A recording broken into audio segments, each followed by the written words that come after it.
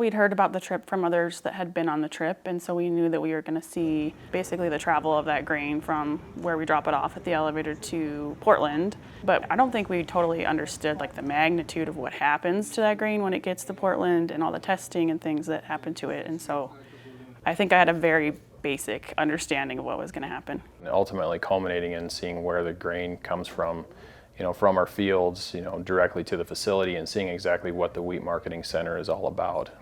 That was probably the biggest thing for me, was seeing the level of expertise and the brilliant minds behind that. For a producer, our following the grain kind of ends at the elevator. But when we went over there on the science side of things, or the experiment side of things, and dealing with our wheat and how the starches and the sugars and everything, and their baking and all the experiments they do to sell it to the big mills and bakeries, the big commercial side of things.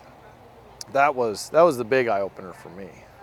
The mixing of the different types of wheats and the different blends and how they market that to the other countries to show them to be using US wheat or different types of flour combinations to get the end product that they are looking for. It was really interesting to figure out how they do all of that and all the different experiments they do behind it. It changes your perspective, not necessarily as a grower, but it puts you more in like the buyer's shoes. It lets you see the flip side of the coin.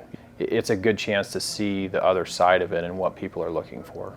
Yeah, and I would say just educating others too, because I feel like there's a lot of producers in this area that also had that basic understanding of what happens, and it was definitely a very educational experience for us. So just kind of being able to share that knowledge and encourage others and help them market their product. It was really fun, and I definitely encourage other people to go and really get to know what happens once the wheat leaves the farm.